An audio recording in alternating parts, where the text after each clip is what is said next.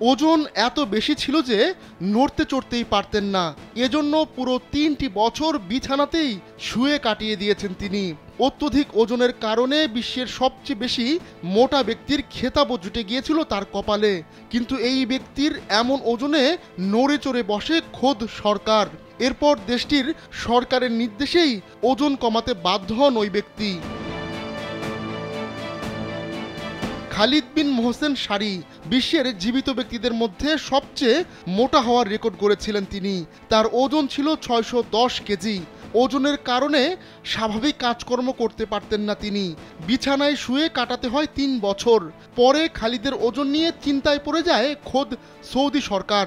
এলো ভিশন মুশকিল আসান অফার। যে কোনো ব্র্যান্ডের পুরনো ফ্রিজ নিয়ে চলে আসুন ভিশন শোরুমে আর নিয়ে যান নতুন ভিশন ফ্রিজ 20% পর্যন্ত ছাড়। তখন দেশটির বাদশাহ আব্দুল্লাহর নির্দেশেই 542 কেজি ওজন কমান খালিদ। ওজন কমানোর পর সৌদি এই নাগরিক এখন 63 কেজির।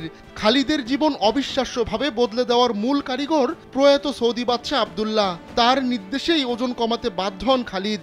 শুধু নির্দেশ দিয়েই ক্ষান্ত হননি, খালিদের জন্য বিনে পয়সায় উন্নত মানের চিকিৎসার ব্যবস্থাও করেন বাদশাহ আব্দুল্লাহ।